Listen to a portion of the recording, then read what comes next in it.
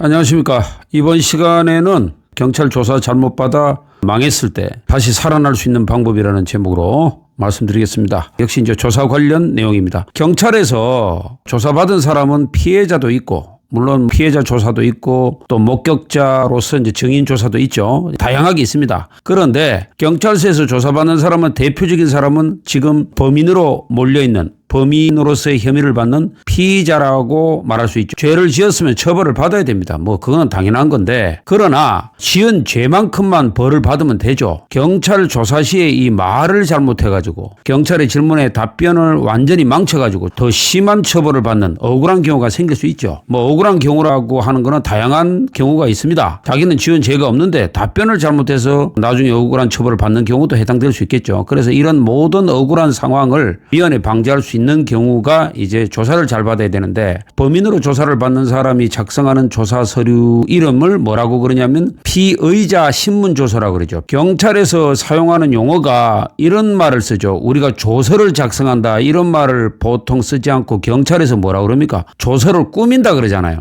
보통 이 꾸민다라는 의미가 뭡니까? 피의자가 말한 그대로 100% 조서에 기록해 주는 게 아니고 좀 걸른다 이 말이죠. 진위를 걸른다 이 말이죠. 물론 이제 증거에 의해서 기록을 하는 거겠지만, 쉽게 말씀드리면 범인으로 지금 답변을 하는 사람의 말이 과연 이게 진실하냐 아니냐는 경찰이 판단을 하지만 그 판단도 물론 객관적인 시각으로 보고 기록을 하겠죠. 그런데 이 답변을 잘못하면은 결국에서는 엉뚱한 방향으로 흐를 수 있다 이 말이죠. 우리가 어떤 대답을 하면 경찰에서는 필터로 거른단 말이에요. 그래서 엑기스만 조서에 담는단 말이에요. 그래서 답변을 참 잘해야 됩니다. 피의자 신문조서를 다 작성하고 나면 담당 경찰은 읽어보라고 이렇게 주잖아요. 이상 없냐고, 고칠 게 없냐고, 수정할 거 없느냐 이런 거 물어보잖아요. 그러면 읽어보고 사인하고, 그죠? 그래서 이게 참 중요한 겁니다. 조사가 다 끝나고 나서 조사를 집에 와서 가만히 생각하니 답변 잘못한 것 같다. 그래서 그때는 이렇게 한번 해보세요. 다시 담당 경찰에게 연락을 해서 조사를 한 번 더 받게 해달라고 요구를 하세요. 왜 그러냐고 또 담당 경찰이 물어볼 거 아닙니까? 경찰이 이유를. 그러면 그때 이렇게 대답을 하세요. 처음에 조사받을 때 제가 일부러 거짓말한 게 아니고 조사관의 질문에 이 표현이 잘못돼가지고 좀 사실과 다르게 전달이 된 것 같다. 조사를 다시 한번 2회 조사를 받게 해달라고 요청하시면 됩니다. 그러면 조사를 해주게 돼 있어요. 그걸 묵살해버린다든지 하면 안 됩니다. 물론 이제 거꾸로 경찰이 한 번 더 조사를 해야 되겠다, 추가 조사를 해야 되겠다,